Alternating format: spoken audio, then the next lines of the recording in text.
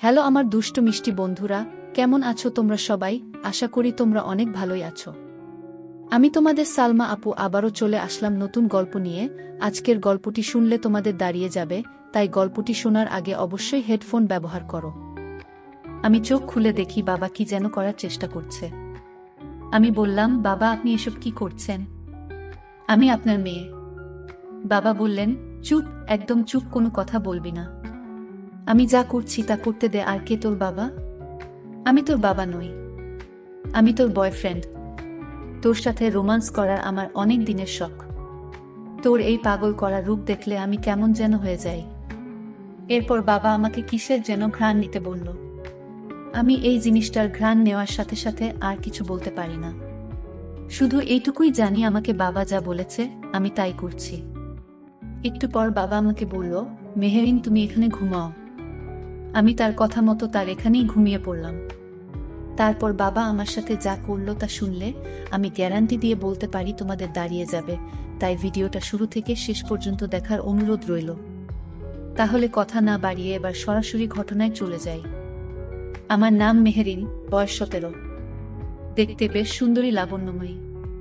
তবে অনেকে আমাকে আবেদন হয়েছে বলে, আর আমার চোখে নাকি মায়া আছে। আমার এক বান্ধবী আমাকে প্রায় কথাটা বলতো। আমার উচ্চতা 5 ফুট 4 ইঞ্চি। আমি ক্লাস 9-এ পড়ি।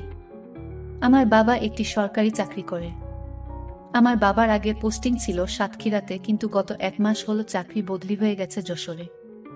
যার কারণে বাবা, মা এবং আমার এক ভাই, যার বয়স 2 বছর, সবাইকে নিয়ে যশোরে চলে এসেছে। আমাকে যশোরের একটি স্কুলে ভর্তি করে দিয়েছে। আমি প্রতিদিন নিয়মিত ক্লাস করি। আমি আর আমার ছোট ভাই থাকতাম এক রুমে, আর মা বাবা থাকতো অন্য এক রুমে। তবে আমার আর মা বাবা যে রুমে থাকতো, আমি তার পাশের রুমে থাকতাম। আমার ক্লাসের এবং প্রাইভেটের প্রচুর চাপ ছিল। অন্যান্য দিন আমি রাত 10টা পর্যন্ত পড়ালেখা করে ঘুমিয়ে যেতাম, কিন্তু পড়ার বেশি চাপ বিদায় আমি ভাবলাম আজ রাত 12টা পর্যন্ত পড়ব। তাই আমি মনোযোগ দিয়ে পড়ালেখা করছিলাম, আর আমার ছোট ভাই ঘুমিয়ে পড়েছিল। আমি পড়তে পড়তে হঠাৎ একটি কিসের যেন শব্দ শুনতে পেলাম। লক্ষ্য করে দেখলাম আমার মা বাবা রুম থেকে শব্দটি আসছে। কিসের যেন গোমানির মতো। আমি একটু অবাক হলাম। এরকম অবাক করার শব্দ শুনে আমি কিছুটা ভয় পেলাম, আর মনে মনে ভাবতে লাগলাম, বাবা মায়ের রুম থেকে তো কখনো এমন শব্দ আসে না। তাহলে বাবা মা রুমে কি হচ্ছে? তারপর আমি ভয়ে আমার ছোট ভাইকে ধরে নাকে মুখে কাঁথা দিয়ে শুয়ে পড়লাম। একটু পর আমি ঘুমিয়ে পড়লাম। সকালে ঘুম থেকে উঠে দেখি বাবা বিছানায় নাই। মায়ের রুমে গিয়ে দেখি বিছানা এলোমেলো হয়ে আছে। মনে হচ্ছে রাতে কেউই রুমের মধ্যে মারামারি করছে। তারপর আমি জানালার পাশে চেয়ে দেখি কিসের যেন দাগ। আমি এসব দেখে আমার নিজের খুব ভয় লেগে গেল, কিন্তু আমি ভয়ে বাবা মায়ের কাছে কিছু বলিনি। আর আমি যদি বলি যে বাবা মা রাতে তোমাদের রুমে কিসের শব্দ শোনা গিয়েছিল, তাহলে হয়তোবা আমার বাবা মা আমাকে খারাপ কিছু বলবে। তাই আমি আমার বাবা মাকে কিছু বলিনি। পরের দিন আমি খুব সকাল সকাল স্কুলে চলে গেলাম। স্কুলে যাওয়ার সময় আমি বুঝতে পারলাম কেউ যেন আমাকে ফলো করছে। পিছন দিকে চেয়ে দেখি কেউ নেই। আমি তখন চমকে গেলাম। আমি আবারও সামনের দিকে হাঁটতে লাগলাম। হঠাৎ আমি শুনতে পেলাম কেউ যেন আমাকে ডাকছে। পিছনে ফিরে দেখি কেউ নেই। দিনের বেলা এমন অবাক করা কাণ্ড। আমি তখন মনে মনে একটু ভয় পেয়ে গেলাম। ঠিক এইভাবে আমি তাড়াহুড়ো করে স্কুলে চলে গেলাম। স্কুলে ক্লাস শেষ হলে আমি আবার ঠিক এই রাস্তা দিয়ে আসছিলাম। আবারও আমি অনুভব করলাম কিসের যেন পায়ের শব্দ আমার পিছনে। আর আমার যেন মনে হলো কেউ আমাকে পিছন থেকে আক্রমণ করবে। আমি ভয়ে ভয়ে খুব দ্রুত গতিতে রাস্তা পার হতে লাগলাম। হঠাৎ আমি আবার শুনতে পেলাম কেউ আমাকে ডাক দিল, এই মেহেরিন, একটু দাঁড়াও। আমি পিছনে ফিরে দেখি কেউ নেই। মনের ভিতরটা ভয়ে কেঁপে উঠল। ঠিক এইভাবে আমি ভয়ে ভয়ে বাসায় চলে আসলাম। একদিকে এই ভয়ানক ঘটনা, আবার অন্যদিকে আমার পড়ার খুব চাপ। আমি বাসায় এসে ফ্রেশ হয়ে খাওয়া দাওয়া করে পড়তে বসলাম। পড়তে পড়তে কখন যেন রাত 12টা বেজে গেল। আমি টের পাইনি হঠাৎ আজকে আবার আমি গতকালকের মতো কিসের যেন গোঙানির শব্দ শুনতে পেলাম আমার বাবা মায়ের রুম থেকে। আমি আজকেও ভয় পেয়ে গেলাম, আর মনে মনে ভাবতে লাগলাম, এটা কিসের শব্দ? আর এটা কি? রাতে আমার বাবা মা রুমে কি হয়? আমি কিছু বুঝতে পারছি না। আবার মাঝে মাঝে নিজের মনকে সান্ত্বনা দিই, হয়তো বাবা মা ওই রুমে কাজ করে আর কাজের শব্দ এরকম হয়। এভাবে ভয়ে ভয়ে আমি প্রায় 1 মাস চলে গেল। রাতে কোনোদিন আমার ভালো ঘুম হয় না। এদিকে আমার সামনে পরীক্ষা, আর আমার এই ভয়ানক কাণ্ড দেখতে দেখতে আমার রাতে ঘুম যেন হারাম হয়ে গেছে। মনে মনে ভাবলাম, আমার বাবা মা রুমে রাতে কি হয় তা আমাকে জানতে হবে। এর আগে তো যখন আমরা সাতক্ষীরা থাকতাম তখন তো এমন হতো না। আমি মনে মনে ভাবলাম এর রহস্য আমাকে জানতে হবে। কিন্তু কিভাবে জানা যায় চিন্তা করতে লাগলাম, আর আমার মোবাইলে ফেসবুক দেখতে লাগলাম। হঠাৎ করে মোবাইলের একটি বিজ্ঞাপন দেখলাম যে ছোট বলো তো তুমি ক্যামেরা, যে ক্যামেরা দ্বারা এক রুম থেকে অন্য রুমে কি হয় না হয় সব আমি আমার রুম থেকে দেখতে পারবো। তবে শর্ত হচ্ছে যে রুমে ক্যামেরাটা রাখবো সেই রুমে লাইটের আলো থাকতে হবে। কিন্তু বাবা মা তো ঘুমানোর সময় লাইট অফ করে ঘুমন। তাহলে এখন আমি কি করে এর রহস্য জানব? চিন্তা করতে করতে মাথায় একটি বুদ্ধি এলো। পরের দিন আমি বাবা মাকে বললাম, আমার আজ ভালো লাগছে না মা, আজকে আমি স্কুলে যাব না। মা বলল, ঠিক আছে, তাহলে তুই ঘুমিয়ে থাক। তোর বাবা অফিসে চলে গেছে, আর তোর ভাইয়ের জন্য কিছু কেনাকাটা করব মার্কেট থেকে, আমি আসি। দরজা লাগিয়ে ঘুমিয়ে পড়। তারপর আমি আমার এক ক্লাসমেটকে ফোন দিলাম। আমার ক্লাসম্যান, আবার বেস্ট ফ্রেন্ডও বলতে পারেন। সে সকল বিষয়ে মোটামুটিভাবে আমাকে হেল্প করে। আমি বললাম, সিয়াম, আমাদের বাসায় হঠাৎ করে লাইট জ্বলছে না। তুমি একটি ইলেকট্রিশিয়ানকে নিয়ে কি আমাদের বাসায় একটু এখন আসতে পারবে? দেখুন, আমার পড়ালেখার অনেক চাপ। লাইট জ্বললে আমি পড়ব কি করে? আমি তখন বুদ্ধি করে আমার বাবা মা রুমের লাইটের একটা তার ছিঁড়ে রাখলাম, যাতে সিয়াম আমাকে মিথ্যাবাদী না ভাবতে পারে। কিছুক্ষণ পর সিয়াম একজন ইলেকট্রিশিয়ানকে নিয়ে আমাদের বাসায় হাজির হলো। আমি সিয়ামকে বললাম, দেখো তো আমাদের এই রুমের লাইট কি হয়েছে, লাইটটা জ্বলছে না কেন? ইলেকট্রিশিয়ান চেক করে দেখে তারগুলো ছিঁড়া। ইলেকট্রিশিয়ান বলল, ম্যাডাম, রুমের তার ছাড়া, যে কারণে লাইটটা জ্বলে নাই। আমি বললাম, আচ্ছা ঠিক আছে, তাহলে এটা ঠিক করে দিন। আর বললাম, ভাইয়া আমার আরেকটি কাজ করে দিবেন। ইলেকট্রিশিয়ান বলল, কি কাজ আপা? আমি বললাম, এই লাইটটা আরেকটি অন অফ সুইচ আমার এই রুমে লাগবে। আপনি কি আমাকে একটা সুইচ লাগিয়ে দিতে পারবেন? সে বলল, ঠিক আছে, আমি লাগিয়ে দিচ্ছি। তারপর তারা আমার কাজ শেষ করে চলে গেল। পরের দিন আমি অনলাইন থেকে সেই মিনি ক্যামেরা অর্ডার দিই। কিছুক্ষণ পরেই ডেলিভারি ম্যান আমাকে সেই মিনি ক্যামেরাটা এসে দিয়ে যায়। এবার মনে মনে ভাবলাম, এখন দেখতে পারবো আমার বাবা মা রুমে রাতে কি হয়। সন্ধ্যাবেলা আমি বাবা মা রুম ঝাড় দেওয়ার চল করে তাদের রুমে গেলাম, এবং আমি ক্যামেরাটা একটি বিশেষ জায়গায় সেট করলাম, যেখান থেকে আমি আমার মোবাইল দিয়ে খুব ভালো করে পুরোটা দেখতে পারি। ক্যামেরাটা খুব সুন্দরভাবে সেট করে আমি আমার রুমে চলে আসি। একটু পর আমার বাবা মা দুজনেই বাসায় আসে। আমিও ফ্রেশ হয়ে খাওয়া দাওয়া করে আমার রুমে পড়তে বসলাম, আর অপেক্ষা করতে লাগলাম কখন রাত 12 বাজে। এদিকে বাবা মা তাদের রুমে শুয়ে পড়েছে। তারা তাদের রুমে বাতি নেভাতে চায়, কিন্তু বাতি আর নিবে না, কারণ আমি এই বাতির অন অফ সুইচ আমার এখানে নিয়ে এসেছি।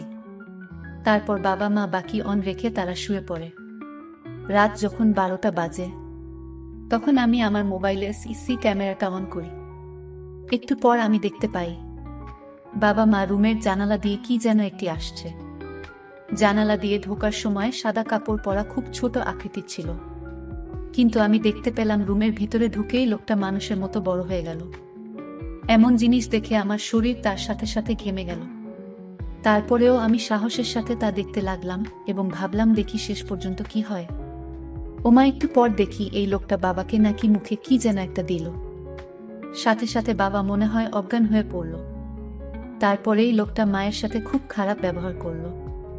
মায়ের সাথে এসব দেখতে আমার খুব খারাপ লাগছিল। তারপর ভাবলাম, দেখি শেষ পর্যন্ত কি হয়। তারপরেই লোকটা মায়ের সাথে প্রায় 3 ঘন্টা নোংরামি করার পর লোকটা আকৃতি আবার ছোট হয়ে গেল এবং সে জানালার ফাঁক দিয়ে চলে গেল।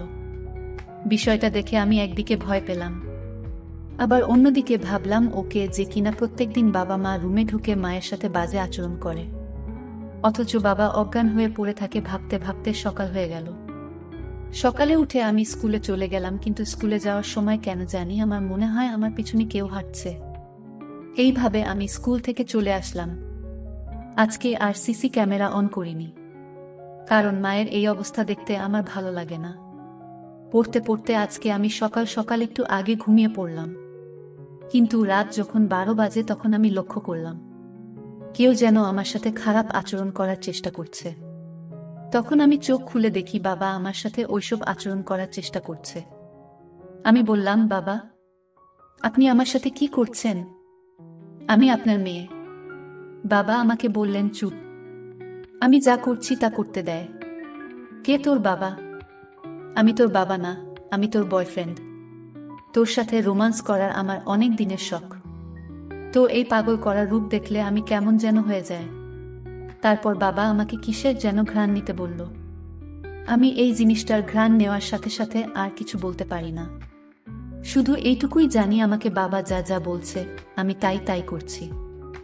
একটু পর বাবা আমাকে বলল, মেহেরিন, তুমি এখানে ঘুমাও। আমি তার কথা মতো ঘুমিয়ে পড়লাম। তারপর বাবা আমার সাথে প্রায় 1 ঘন্টা পর্যন্ত খুব খারাপ আচরণ করল। আমি বাবা এই সব অত্যাচার নির্বেশ সহ্য করলাম। তারপর সকাল হলো। আমি বাবাকে দেখে আর কথা বলি না। একটু পর বাবা আমাকে বলল, মেহেরিন, এদিকে আসো। আমি বললাম, না বাবা, তোমার কাছে আমি আর যাব না। বাবা বলল, কেন মাম্মি? আমি কি করেছি? আমি বললাম, বাবা, তুমি রাতে আমার সাথে খুব বাজে আচরণ করেছো। আমি তোমাকে অনেক ঘৃণা করি বাবা। বাবা বলল, কি বলছিস মা? আমি কখন তোর সাথে খারাপ আচরণ করলাম? তোর কথা তো আমি কিছুই বুঝতেছি না। আমি বললাম, কেন বাবা, তুমি আমার সাথে রাতে বাজে ব্যবহার করো নাই? বাবা বলল, না মাম্মি, আমি তো সারা রাত বেদম ঘুমেছিলাম। আমি আবার তোর রুমে গেলাম কখন? বাবার কথা শুনে আমি অবাক। তাহলে কি আমার সাথে এই রকম করলো? কিন্তু আমি তো স্পষ্ট বাবাকে দেখতে পেলাম। বাবা আমার মুখ থেকে এমন অবাক করা কথা শুনে বাবার মনটা খারাপ হয়ে গেল। এইভাবে 1 সপ্তাহ পর্যন্ত আমি লক্ষ্য করলাম বাবা প্রতিদিন রাতে আমার রুমে আসে আর আমার সাথে খুব বাজে আচরণ করে। আর আমি প্রত্যেক দিন বাবাকে দিনের বেলা এই সব বলি। বলার পর দেখি বাবার মন খারাপ হয়ে যায়। ঘটনার রহস্য জানার জন্য পরের দিন রাতে বাবা আমার রুমের খাটের তলায় লুকিয়ে রইল। কিন্তু আমি জানি না, রাত যখন 12টা বাজলো তখন আবারও সেই লোকটা বাবার ছদ্মবেশে আসলো। আমার সাথে তখন খারাপ আচরণ করে জানালা দিয়ে চলে যায়।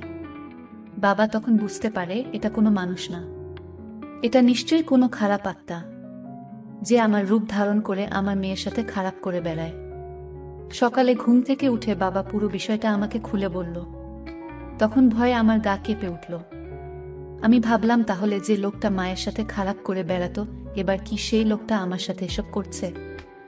ভাবতে ভাবতে আমি যেন পাগল হয়ে যাচ্ছি। তারপর আমিও বাবাকে তাদের ঘরের ভিতর প্রতিদিন যে শব্দ হতো তা খুলে বললাম। সম্পূর্ণ শ্রবণ করার পর বাবা খুবই বিস্মিত হয়ে ভাবতে লাগলো। তারপর বাবা কিছুক্ষণ ভাবার পর আমাকে বলল, মারে, চলো আমরা এক জায়গায় যাব। আমি বললাম, বাবা, কোথায়? বাবা বলল, কাশিমপুর গ্রামে এক ভালো তান্ত্রিক থাকে, চলো বিষয়টা আমরা তার কাছে শেয়ার করে দেখি। আমি বললাম, আচ্ছা ঠিক আছে বাবা। আমি রেডি হয়ে বাবার সাথে চলে গেলাম তান্ত্রিকের কাছে। তান্ত্রিক আমাকে খুব ভালোভাবে চেক করলো এবং বাবাকে বলল, এই জয়নাল তোর মেয়ের উপর এক দুষ্ট আত্মা ভর করেছে। সে তোর বউয়ের সাথে আগে এই আচরণ করত, তারপর তোর মেয়েকে দেখে ফেলায় এখন তোর মেয়ের সাথে এসব করে বেড়াচ্ছে। আর শোন, এই দুষ্টু আত্মাটা অনেক দিন ধরে মেয়ের পিছু নিচ্ছে, কিন্তু তোর মেয়েকে গ্রাস করতে পারে না, কারণ তোর মেয়ে এতদিন ছিল সুধা। আর যেদিন এই দুষ্টু আত্মা তোর বউয়ের সাথে এসব করে, সেদিন তোর মেয়ে তা দেখে ফেলেন, যার ফলে তোর মেয়ে অশুদ্ধ হয়ে যায়। আর এই দুষ্ট আত্মা তোর মেয়ের সাথে এই রকম বাজে কাজ করার সুযোগ পেয়ে যায়, কারণ এই দুষ্টু আত্মা কোনো সুধা মেয়ের সাথে এসব করার ক্ষমতা নেই। আমার বাবা তখন তান্ত্রিক মশাইকে বলল, তান্ত্রিক বাবা, এখন কি করা যায়? তান্ত্রিক বাবা বলল, একটা বড় যজ্ঞ করতে হবে, আর এর জন্য তোর মেয়েকে একটি কঠিন কাজ করতে হবে। যদি তোর মেয়ে এই কাজটি করতে পারে, তাহলে তোর মেয়ে এই অশুভ আত্মার হাত থেকে রক্ষা পাবে। তখন তান্ত্রিক বাবা আমাকে বলল, শোনো মেহেরিন, শনিবার রাত 12টার সময় তোমাদের বাড়ির পাশে ঝাউবনে একটি শ্মশান আছে। সেখানে গতকাল একজন লোককে পোড়ানো হয়েছে। তোমার কাজ হলো তুমি সেখান থেকে আমি যা শিখিয়ে দিচ্ছি তা বলে এই পুরানো লাশের একটি হাড় তোমাকে আনতে হবে। তবে হাড় সংগ্রহ করে যখন তুমি নিয়ে আসবে তখন পিছন থেকে তোমাকেই আত্মা ধাওয়া করবে, কিন্তু তোমাকে কিছুই করতে পারবে না, কারণ আমার পূর্ণ নজর তোমার উপরে থাকবে। তবে নিয়ে আসার সময় কোনোভাবেই পিছনে ফিরে তাকাতে পারবে না। আর একটি কথা মনে রাখবে, হাড়টি আনার সময় অবশ্যই তোমার একা যেতে হবে। এখানে যদি কোনো চালাকি করো তাহলে তোমাদের বড় ক্ষতি হয়ে যাবে। এবার বলো মেহেরিন, তুমি এই কাজটি করতে পারবে? যদি করতে পারো তাহলে কেবল তোমার এবং তোমার মায়ের কাছ থেকে এই দুষ্ট আত্মাকে সরিয়ে ফেলা সম্ভব। আমি বললাম, তান্ত্রিক মশাই, আমার যত কষ্টই হোক না কেন আমাকে কাজটি করতে হবে, কারণ এই দুষ্টু আত্মা আমার আর আমার মায়ের জীবনটাকে অতিষ্ঠ করে ফেলেছে। যে করেই হোক আমাকে এই কাজটি করতে হবে। আপনি শুধু আমার উপর একটু নজর রাখেন। তারপর তান্ত্রিক মশাই বলল, ঠিক আছে মা, তুমি এবার যাও। শনিবার রাত যখন 1টা বাজে তখন আমি ঘুম থেকে উঠে কাউকে কিছু না বলে আস্তে আস্তে ভয়ে ভয়ে চলতে লাগলাম শ্মশানের দিকে, আর মনে মনে তান্ত্রিক মশাইয়ের মন্ত্র পড়তে থাকলাম। অবশেষে যখন আমি শ্মশান থেকে হাড়টি নিয়ে চলে আসি তখন আমার কাছে মনে হলো যেন আমার পিছনে সমস্ত কিছু ভেঙে আমার উপর ফেলে দিচ্ছে। তারপরও আমি পিছনে ফিরে তাকাইনি। তবে মনের ভয়ে আমি তান্ত্রিক মশাইয়ের মন্ত্র পাঠ করেছিলাম। হাড়টি এনে খুব যত্ন করে রেখে দিলাম। পরের দিন বাবাকে নিয়ে তান্ত্রিক মশাইয়ের কাছে গেলাম। তান্ত্রিক মশাই হাড়টি পেয়ে অনেক খুশি হলেন এবং এই দিন রাতে আমাকে নিয়ে একটি যজ্ঞের আয়োজন করলেন। যজ্ঞে থাকা অবস্থায় হঠাৎ এই অশুভ শক্তি আমার উপর ভর করল। তখন তান্ত্রিক মশাই এই অশুভ শক্তিকে অনেক কিছু বোঝালেন আর বললেন, এই দুষ্টু আত্মা, তুমি কেন এই মাসুম বাচ্চার এত বড় ক্ষতি করছো? সে তোমার কি করেছে? তখন দুষ্টু আত্মা বলল, তার অপরাধ একটাই, আমি তার মায়ের সাথে প্রতিদিন এসব করতাম, কিন্তু সে চালাকি করে আমার সব দেখে ফেলেছে, যার কারণে আমি আর তাকে ছাড় দিতে পারিনি। তারপর তান্ত্রিক মশাই তার সাথে আরো অনেক কথা বলল। শেষ পর্যন্ত তান্ত্রিক মশাই বলল, এখন কি করলে তুমি তাদের ছেড়ে চলে যাবে বলো? আর যদি ভালোই ভালোই ওদের কাছ থেকে সরে না যাস তাহলে আমি কি করব তা তুই খুব ভালো করেই জানিস। তারপর শেষ পর্যন্ত এই দুষ্টু আত্মা তান্ত্রিক মশাই এর কাছে বলল, ঠিক আছে, একটি কাজ করলে আমি সারা জীবনের জন্য তাদেরকে ছেড়ে চলে যাব। তান্ত্রিক মশাই বলল, কি কাজ? যদি তারা একসাথে 10টি পাঠা বলি দিয়ে রাত 1টার সময় ওই শ্মশানে রেখে আসে, তাহলে আমি তাদেরকে ছেড়ে একেবারে চলে যাব। তারপর আমরা 10টি পাঠা বলি করে দিয়ে রান্না করে শ্মশানে রেখে আসি। তারপর থেকে আমি এবং আমার পরিবার এই দুষ্টু আত্মার অভিশাপ থেকে মুক্ত হয়ে গেলাম। এখন আমরা খুবই শান্তিতে আছি। বন্ধুরা, দর্শক, আমাদের সমাজে অনেক কিছুই আছে যা আমাদের অজানা, রহস্যময়, যা আমরা খালি চোখে দেখতে পাই না, আর তাকে কেউ বিশ্বাস করে, আবার কেউ কেউ অবান্তর বলে চালিয়ে দেয়। তবে এই বিশ্ব পরিমণ্ডলে এমন কিছু ঘটনা ঘটে যা বিশ্বাস করার অযোগ্য হলেও কিছু কিছু সময় বাস্তব হয়ে যায়। তার অনেক উদাহরণ এই পৃথিবীতে রয়েছে। তোমরা একটু খুঁজলেই তোমরা তা অনুভব করতে পারবে। ভিডিওটি যদি ভালো লাগে তাহলে একটি লাইক দিন, আর তোমরা যদি এরকম ধরনের মজার ভিডিও পেতে চাও তাহলে দয়া করে আমার সামিয়া ব্লগ চ্যানেলটি সাবস্ক্রাইব করো। সবশেষে তোমাদের সকলের দোয়া কামনা করি, আর ধৈর্য ধরে ভিডিওটি দেখার জন্য তোমাদের সকলকে অনেক অনেক ধন্যবাদ।